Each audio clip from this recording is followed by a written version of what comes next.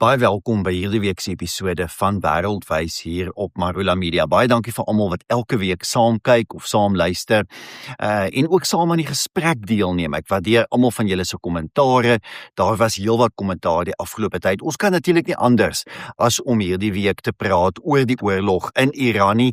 Dit is byna 3 weke sedert Amerika en Israel hulle militêre operasie geloods het en 'n mens moet 'n bietjie bestekopname neem, 'n bietjie kyk tot watter mate slaag hulle in hulle oogmerke, wat is daardie oogmerke, waar staan ons tans, wat is die belangrikste kwessies op die oomblik in hierdie konflik en wat is die moontlike uitkomste oor die volgende paar weke. So dis belangrik en ons gaan heelwat tyd daaraan afstaan.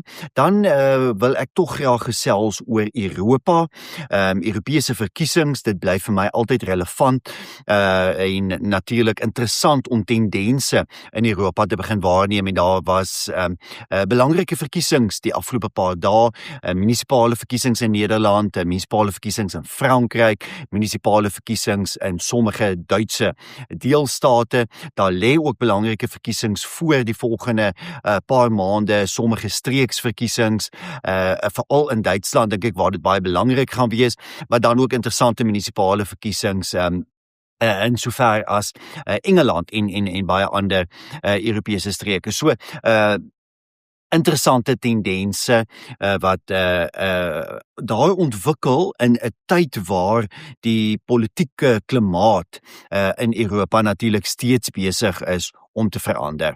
Maar kom ons begin in ons gesels oor Iran. En wat daar gebeur. Daar is baie bespiegelings oor wat dan nou presies die oogmerke, die motiewe van Amerika en Israel was. Nou, ek dink 'n mens moet dit net baie duidelik probeer opsom, want ek dink daar is ook soms 'n bietjie moedswilligheid en soms miskien ook swak kommunikasie van die Trump-administrasie, die moedswilligheid dink ek van kommentators, maar die swak kommunikasie is iets wat ons al van Donald Trump oor baie ander kwessies ook gesien het. En wat ek daardeur probeer sê is dat Trump nie noodwendig die afgelope 3 weke so doeltreffend die oogmerke van hierdie militêre operasie probeer verduidelik het en uitpak het nie. So wat is die oogmerke? Waarom het Amerika en Israel besluit om 'n baie duur militêre operasie in Iran te loods? 1, Iranse kernprogram. 2, Iranse ballistiese missielprogram. Derdens, sy algemene vermoë om aanvalle uit te voer. Dit beteken en behels ook sy vermoë om aanvalshommeltuie te vervaardig en te ontwikkel en breedweg wapens en ammunisie te vervaardig, nie net vir homself nie, maar ook vir proksies in die hele Midde-Ooste. So dit gaan baie te make met die militêre opbou in Iran die afgelope paar jaar om uiteindelik dan 'n baie groter aanslag te kan uitvoer. Dit is die eerste belangrike punt. Dit sluit aan by die groter, wil ek amper sê, oorhoofse motief en dit is die bedreiging wat Iran sedert 1979 vir Israel inhou, Israel se bestaansreg inhou. Die feit dat die regime in Iran sedert 1979 sê dat Israel geen bestaansreg het nie, dat Israel vernietig moet word, van die aarde gevee moet word. Maar ook die bedreiging wat die regime in Iran vir Amerika inhou en Amerikaanse belange in die Weste, die verskeie aanvalle oor jare op Amerikaanse ambassades, Amerikaanse weermagbasis, Amerikaanse sake en ekonomiese belange in die streek. Dit is bekend. Jy het nou 'n regime alreeds vir 47 jaar in bewind in Teheran wat anti-westers is en wat Amerikaanse belange wil uitdryf uit die streek en dikwels dan wat uiters onveilige omstandighede daarmee saam geskep het. Dit is die oorhoofse probleem.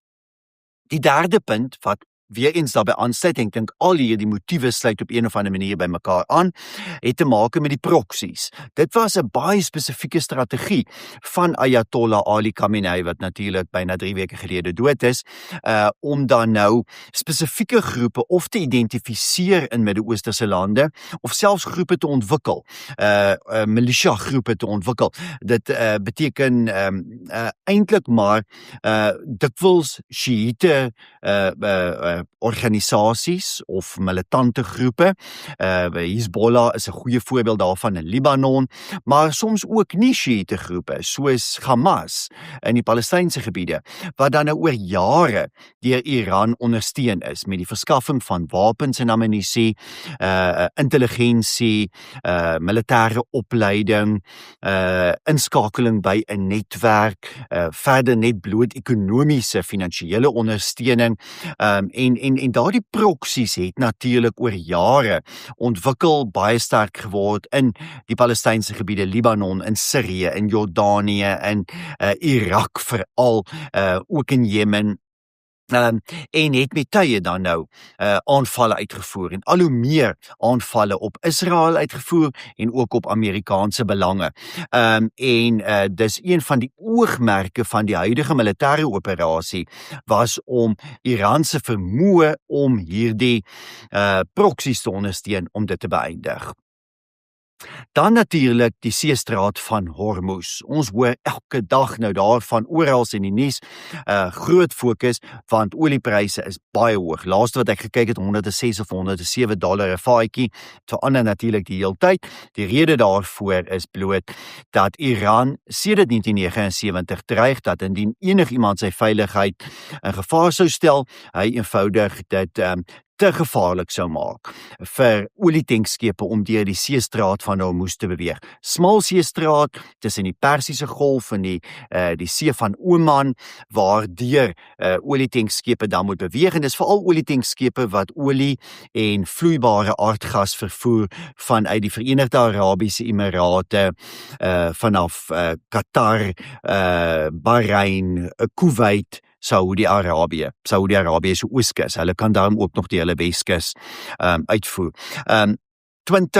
Tussen meer as 20 en 25% van die wêreld se olie gaan deur hierdie seestraat, en indien daardie seestraat redelik onbegaanbaar gemaak word, dan kan mens verwag dat oliepryse geweldig sal styg en dat daar uiteindelik tekorte aan olie en selfs gas in die wêreld kan ontstaan. En dit is wat ons nou sien gebeur. Dit was altyd Iran se strategie van 'n hoogtepunt van omtrent, ek dink 60 olietankschepe 'n dag wat daardeur beweeg het, sien ons nou miskien 4 of 5 skepe wat steeds deur daardie seestraat beweeg. Hoe het Iran dit gevaarlik gemaak? Wat was hulle strategie om in 'n oorlog soos nou dit byna onmoontlik te maak om van die seestraat gebruik te maak? Deur hulle 'n vloot daar te ontwikkel, die vloot daar te ontplooi, ook op eilande in die gebied, dan op die kusgebied. Dit is dus nou noord van die seestraat van Hormuz, tussen die seestraat en die bergreekse, om daar 'n baie sterk ballistiese missielprogram te ontwikkel, sodat jy van daar ballistiese missiele kan afvuur, selfs net vuurpyle en hommeltuie ook van daar af kan afvuur. Dan het hulle vermoë ontwikkel om sogenaamde seemyne te kon plant in die seestraat van Hormuz. Die kombinasie van dit alles het natuurlik die afgelope 2,5 weke, 3 weke dit so gevaarlik gemaak. So, wat is die oogmerk in terme van die seestraat van Hormuz? Dit is om uiteindelik Iranse bedreiging in die seestraat heeltemal weg te vat, weg te neem. En dit is 'n bedreiging wat, soos ek sê, eintlik al vir meer as 4 dekades daar is. Vir meer as 4 dekades dreig Iran nou al rondom die seestraat van Hormuz. Daar's eintlik baie goeie ekonomiese ontledings wat daarop dui dat dit nog altyd, eintlik al vir meer as 4 dekades, bygedra het tot verhoogde oliepryse, dat daar eintlik 'n soort van premie op oliepryse is, weens die voortdurende dreigemente van Iran oor die seestraat van Hormuz. So, ek dink Amerika veral sê, in die toekoms kan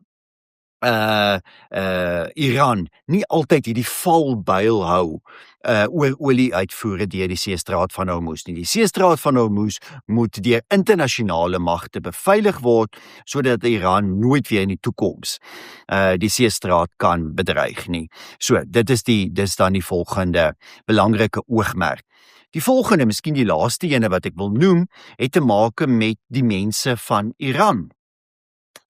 Ons moet dalk weer teruggaan na Januarie. Is my vreemd dat ontleeders en kommentators so maklik vergeet wat in Januarie gebeur het, toe byna 30,000 Iranese in 'n massaslagting afgemaai is deur die veiligheidsowerhede daar. Dit het nou die afgelope paar jaar gereeld gebeur. Daar's natuurlik 'n verkeerde persepsie, 'n beeld wat geskep word van 'n homogene Iranese volk. Daar word selfs gepraat van 'n nuwe nasionalisme.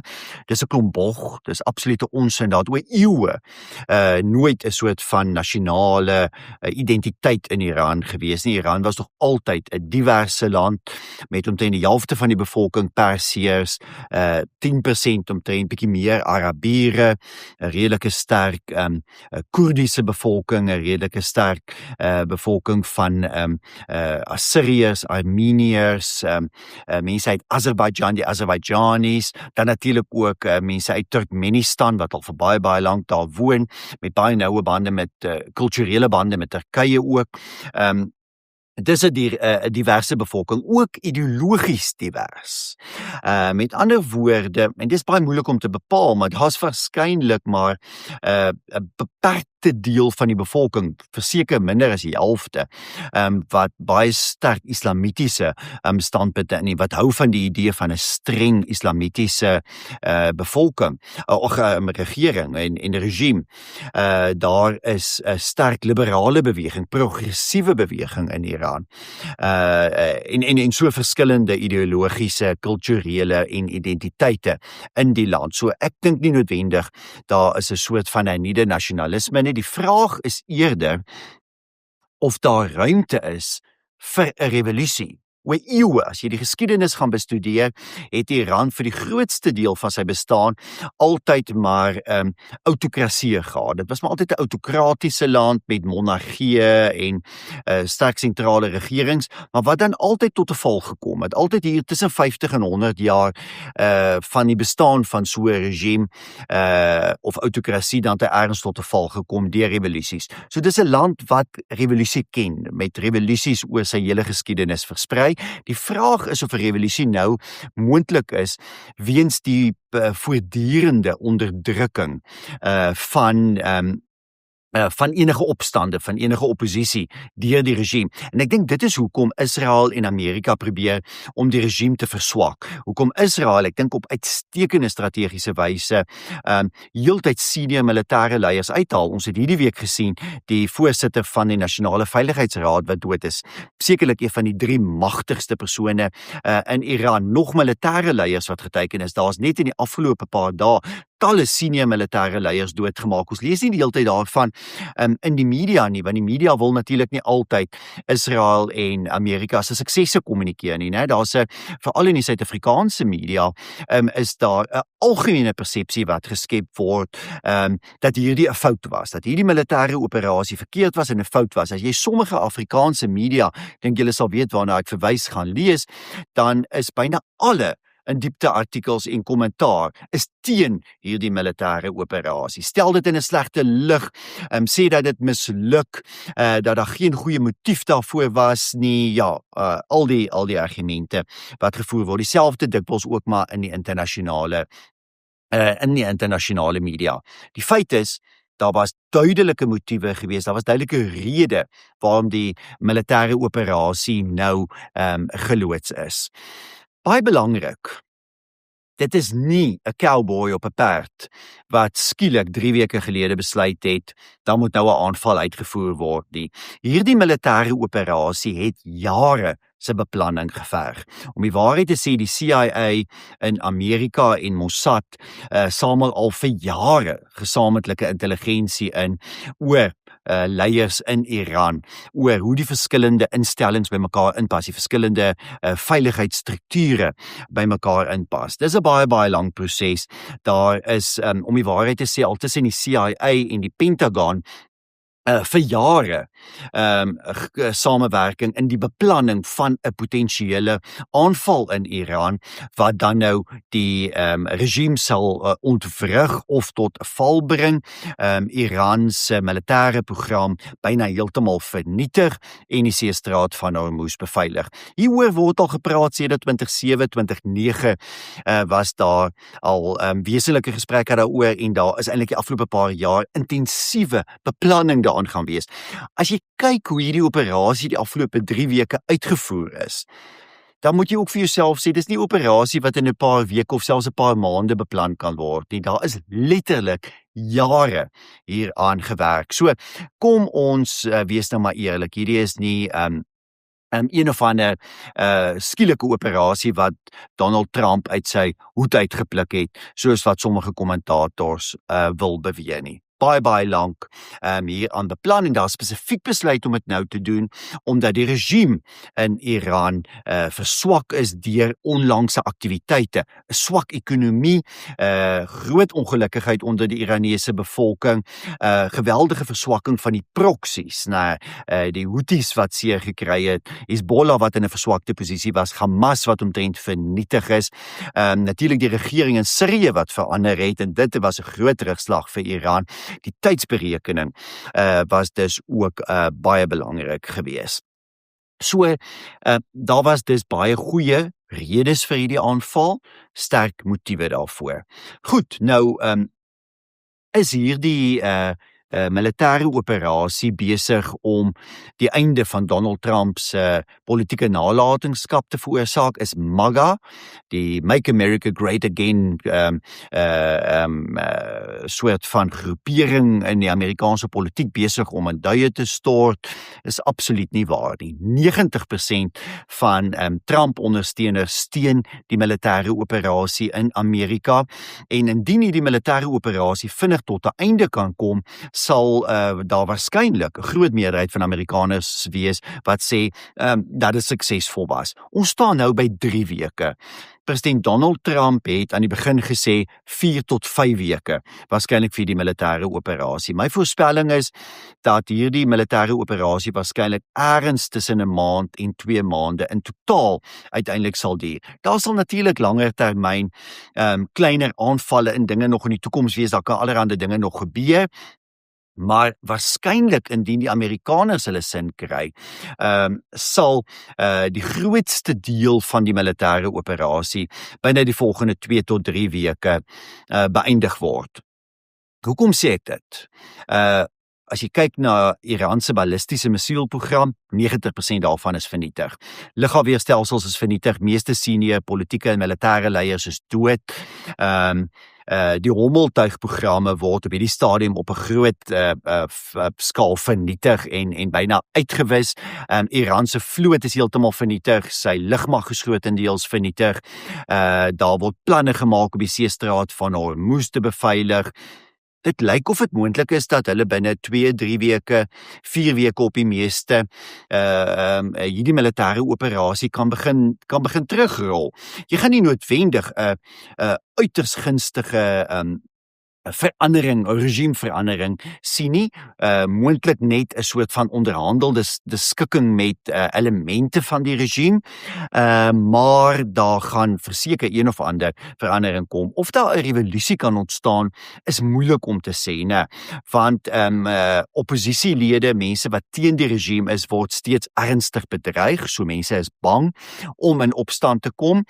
Aan die ander kant weet jy nie presies wat agter die skerms gebeur nie, né? Mens weet nie tot watter mate Amerika en Israel steun kan bied aan moontlike opstande wat kan ontwikkel nie. So of minderheidsgroepe daarbey betrek kan word, soos die Koerde. Ons sal baie daaroor bespiegel, ons weet nie, ons sal moet sien hoe dit gaan uitspeel. Maar ek dink daar is 'n scenario waar hierdie oorlog binne 'n maand of wat van nou af beëindig kan word, daar 'n regimeverandering van 'n mate kan plaasvind, ons weet nie hoe dit sal lyk nie, en Iran militêr dramaties verswak sal wees, met so min militêre kapasiteit, dat daar nie regtig meer suksesvolle aanvalle uitgevoer kan word, dat 1 of 2 missiele wat afgevuur word, eenvoudig afgeskiet sal word, dieselfde met hommeltuie. Israel is veilig, die seestraat van Hormuz word beveilig, en dan daal oliepryse weer skerp internasionaal, en kyk ons eintlik terug, oor 2 maande van nou af sê ons wel, dit was dalk nodig gewees om die regime in Iran dramaties te verswak, sodat daar stelselmatige hervormings kan plaasvind, sodat Iran sy wurggreep op die seestraat van Hormuz kan verloor, en ons uiteindelik met 'n beter bedeling in die Midde-Ooste kan sê. Die golflande wil dit ook graag hê. Ons het gesien wat sê die Emirate, Qatar en ander lande. So kom ons hoop vir so 'n scenario. In enige so militêre operasie kan dinge ook skeefloop, né? Op een of ander manier kan Iran miskien voortgaan met sy aanvalle, daar kan verdere interne ontwrigting wees, en Amerika kan in 'n meer uitgerekte konflik betrokke raak. Ek dink is onwaarskynlik op die oomblik, maar so 'n slegte scenario is sekerlik moontlik. Maar vir nou lyk dit werklik waar of daar goeie kanse is dat hierdie konflik wel binne enkele weke tot 'n einde kan kom.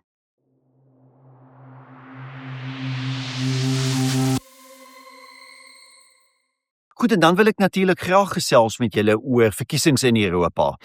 Verlede Sondag het kiesers in Frankryk deelgeneem aan die eerste ronde van munisipale verkiesings. Eerskomende Sondag is die tweede ronde. Baie duidelik dat die politieke sentrum in Frankryk heeltemal uitgehol is. Die sosialiste doen swak, die republikeine doen swak, Emmanuel Macron se liberales doen baie swak, en dit is die nasionale samekomsparty van Marine Le Pen wat baie goed doen. Hulle het al hulle burgemeesterskappe, al hulle rade behou al in die eerste ronde, en in die tweede ronde, eerskomende Sondag, mag hulle nog verskeie posisies bywen. So ek dink hulle gaan as uiteindelik 'n netto wenner uittreë uit hierdie verkiesing, en dit gee vir ons 'n goeie aanduiding waarskynlik ook van steunvlakke in aanloop tot die volgende presidentsverkiesing wat oor 'n jaar van nou af in Frankryk moet plaasvind. So ja, verlinkse, ekstreemlinkse partye doen ook baie goed in Frankryk, en die rede daarvoor is natuurlik tweeledig. Aan die een kant Frankryk wat 'n reuse immigrantebevolking het, en daardie immigrante gaan stem, né? Hulle het burgerskap, hulle gaan stem ook, en hulle stem vir ekstreemlinkse partye. Daardie reuse immigrantebevolking van 10-15 miljoen mense. Dan is daar natuurlik nog altyd linkses in Frankryk gewees, en hulle het nou wegbeweeg van die sentrumlinkse partye soos die sosialiste, en hulle stem ook vir ekstreemlinkse partye. So jy het 'n beweging gehad van immigrante en van sentrumlinks is almal na ekstreemlinkse partye, en dan die res van die kiesers wat baie sterk na regs beweeg vir Le Pen se party wat anti-immigrasie is, nasionalisties is, pro die behoud van die Franse identiteit en die Franse staat. So belangrike gebeure in Frankryk. Dan was daar ook verlede Sondag munisipale verkiesings in die Duitse deelstaat Hesse. Dis nou die deelstaat met Frankfurt, natuurlik die ekonomiese sentrum van Duitsland as die grootste stad daar, ook Darmstadt, Kassel, Wiesbaden, alles belangrike stede in Hesse. Hesse is ou vesting van die Christendemokrate, en hulle het redelik goed gedoen ook daar, byna 30% van die stemme, maar die regse alternatief vir Duitsland, wat die anti-immigrasieparty is, het baie goed gedoen. Hulle stempersentasie meer as verdubbel. Dit lyk of hulle eerskomende Sondag in Rijnland-Pfalz, wat reg in die weste van Duitsland is, langs die Rynrivier, dis nou daai mooi wynproduserende streek van Duitsland, of die AfD daar sy steun met meer as 100% gaan laat toeneem, met ander woorde meer as gaan verdubbel. nie voorheen 'n deelstaat waarin die AfD goed gedoen het nie, maar hulle kan soveel as 20% van die stemme wen. So dit lyk tans baie goed vir die AfD. Hulle het goed gedoen in Hesse, hulle 2 weke gelede in Baden-Württemberg baie goed gedoen en hulle gaan ook in Rijnland-Pfalz goed doen. Later vanjaar verskuif die fokus na Sakse-Anhalt in die ou Oos-Duitsland, ook Mecklenburg-Vorpommern en ook Berlyn, die stad Berlyn wat natuurlik ook sy eie deelstaat is, en in al 3 die deelstate gaan die AfD ook baie goed doen. So die verskuiwing na regs in Duitsland wat steeds voordeel. Ons sien steeds dat dit aan die gang is. Dan was daar ook Woensdag munisipale verkiesings in Nederland. Baie interessant, ek dink wat in die guns getel het van die opkoms by die verkiesing was goeie weer, dit was baie aangename, droë weer in Nederland, anders kan die stemperstasie maar laag wees soos 4 jaar gelede, maar ja, daar was 'n styging in deelname, hoë stempersentasie, sogenaamde lokale partye, dis met ander woorde plaaslike partye, het baie goed gedoen. Omtrent 35% van kiesers het gestem vir jou dorpspartye, jou party wat net in 'n munisipaliteit bestaan, en hierdie partye is dikwels konservatief, anti-immigrasie, redelik regs oor belangrike plaaslike kwessies en hulle het regtig goed gedoen. Dan het die Forum voor Demokrasie wat 'n regse party is, sekerlik Nederland se sterkste anti-immigrasie party.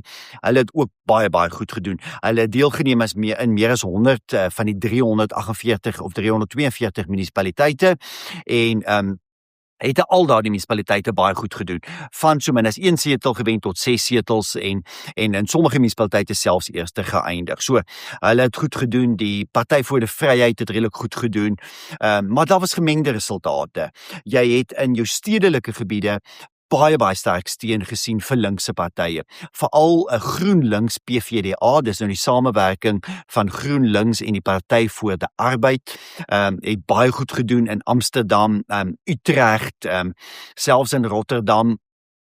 In Den Haag het 'n regse party wel gewen. Den Haag het altyd 'n redelike sterk regse blok, so daar het 'n lokale party redelik goed gedoen, maar ja, ons sien tog sulke sentrums van hoë linkse steun, Nijmegen 'n goeie voorbeeld, veral daar waar daar groot universiteite natuurlik is. Baie sterk steun dan nou vir GroenLinks PVDA en vir die huidige regerende progressiewes van D66. So gemengde resultate, jou ou gevestigde partye van die politieke sentrum, VVD, CDA, wat op plekke setels verloor het, maar nou nie dramaties noodwendig teruggesak het nie. So, gemengde resultate, die platteland en die stede, wat wel verder van mekaar af beweeg, en dis vir my baie tekenend. Met ander woorde, die Nederlandse platteland wat na regs beweeg, ons het dit al in verlede jaar se verkiesing gesien, maar ek dink dit was heel wat meer so in 'n Woensdag se verkiesing en die stede wat meer na links beweeg. Waarom beweeg die platteland so na regs? Daar's 2 of 3 redes. Die ene te maak met vlugtelinge, met sogenaamde asielsoekers. Daar is 'n wet deurgevoer 'n tyd gelede, 2-3 jaar gelede in Nederland, die sogenaamde spreidingswet, wat bepaal dat alle munisipaliteite in Nederland kapasiteit moet skep om vlugtelinge en asielsoekers op te neem. Hulle moet sogenaamde vlug- of asielsentrums, AZC's, asielsoekersentrums, ASZ, moet hulle dan oprig, hierdie sentrums, waarin asielsoekers gehuisves kan word. En daar is groot teenstand hierteen in baie van jou plattelandse gebiede. Dan is daar natuurlik die hele aanslag op boere, op die landboubedryf, wat bekend is. En daar's groot steun vir die landboubedryf in die platteland, en daarom die verskuiwing na regs. Dan is daar net bloot die breuk tussen die sogenaamde stedelike elite en die gewone burgers van die platteland, wat ons in baie lande in die wêreld sien, die soort van 'n neersien van die stede op die platteland, en dit lei mense in die platteland om dan vir plattelandse, plaaslike, konservatiewe en regse partye te stem. So, interessante tendense wat dan ook daar plaasgevind het. So wat moet ons dophou oor die volgende paar weke? Die tweede ronde van die munisipale verkiesing in Frankryk, eerskomende Sondag, die streeksverkiesing vir die streeksparlement in Rynland-Pfalz in die weste van Duitsland, in April belangrike algemene verkiesing in Hongarije. Dit gaan baie bepalend wees oor of Viktor Orbán en sy Fidesz-party nog 'n termyn daar kan wen, en dan natuurlik verskeie ander belangrike verkiesings later die jaar ook in Duitsland. Dan is daar ook verkiesings, baie belangrike referendum eerskomende naweek in Italië. Hou dit gerus dop, 'n groot toets vir Giorgia Meloni, die huidige regse eerste minister van Italië. Sy wil hervormings in die regstelsel van Italië deurvoer. Nou, die regstelsel word al vir dekades deur linkses gedomeineer. Die hele proses om regters aan te stel en aan te wys word deur linkses gedomeineer. Sy wil die stelsel verander. 'n Groot en belangrike toets ook daar vir Meloni. Nou ja, ons sal in die volgende paar weke dit alles bespreek en ook hieroor terugvoer gee. Ek hoor graag, wat dink julle? Is julle gevoel ook dat die oorlog in Iran binne die volgende paar weke tot 'n einde kan kom? Is dit 'n waarskynlike scenario, of is daar eerder 'n waarskynlikheid dat hierdie oorlog kan verdiep en die probleme erger kan raak? Wat dink julle van dit alles? Ek hoor graag van julle terugvoer. Lewer graag waar ook al jy is vir ons terugvoer, en onthou om in te teken op ons kanale waar ook al jy na Wêreldwys kyk of luister. Dit is hierdie week se episode van Wêreldwys hier op Marula Media. Ek gesels weer volgende week met julle. Totsiens.